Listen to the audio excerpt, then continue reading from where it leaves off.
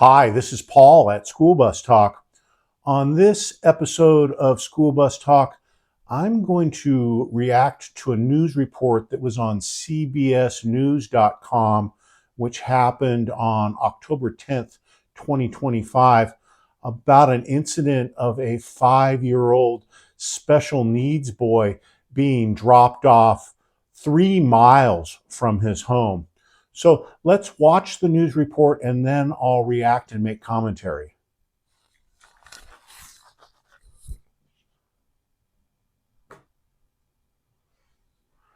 New at 5, a frightening moment for a young mother as her 5-year-old son went missing after getting on a school bus. This happened in Amador County. The child wasn't found for over an hour. Your reporter Carmela Karcher is getting answers on what went wrong. It was just another school day for 5-year-old Hendricks Camden when he was dropped on the side of the road over 3 miles from home. I was sad. This is 5-year-old Hendricks, a special needs student in the Amador County Unified School District who just started kindergarten this year. Thursday, he boarded a school bus after class was over, just like every other day. Until yesterday, his normal bus driver showed up and we made eye contact and he goes, Hendricks isn't on my bus today. That's when his mom, Twilight Camden, began to panic. A little kid on the bus goes, he got on the other bus.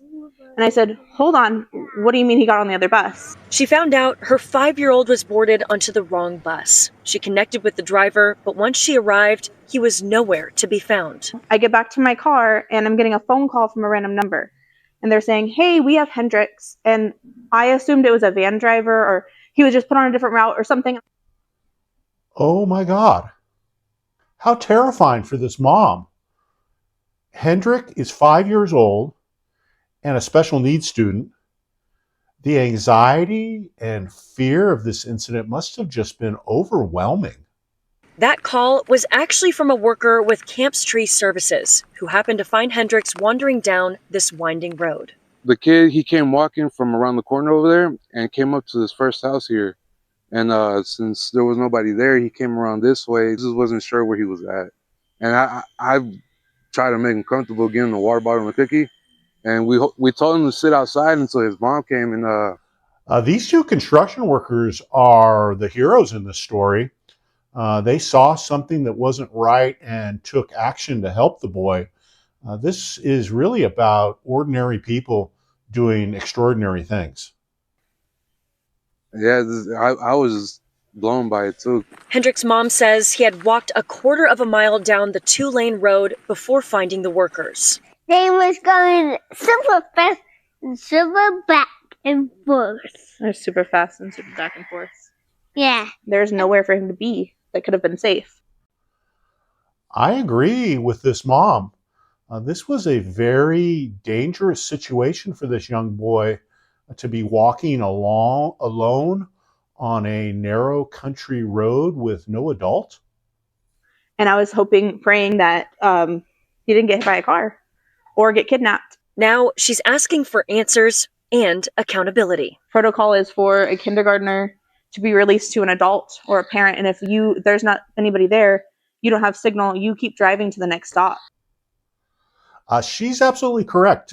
Regardless of developmental status, a kindergartner is never to be dropped off by a school bus driver unless a parent or authorized adult is there to take custody of the child. This is a major screw up. And you call then once you have signal. It just wasn't handled correctly. All I want is for the schools to know what's going on, transportation to know what's going on, and something to get figured out right there. It's good to see, though, that boy is back on his mom's lap. We reached out to the school district. The superintendent told Carmela he couldn't comment, but Hendricks' mom says she was told they are investigating. In conclusion, I think that it's a total cop-out for the superintendent to say no comment. This is an extremely bad situation. I realize that a boss can't give a lot of details on a potential personnel action, but that doesn't preclude the superintendent from making comments on actions that have potentially taken investigating the case. If I was the superintendent, I would have said that the school bus driver was placed on administrative leave until the investigation was completed. And I would have said that the school would get to the bottom of this terrible incident and appropriate corrective action would be taken so it would never happen again. In this case, the superintendent, by saying no comment, looks weak and ineffective. That wraps up this episode of School Bus Talk. If you have any comments, please leave them in the field below. Safety is essential.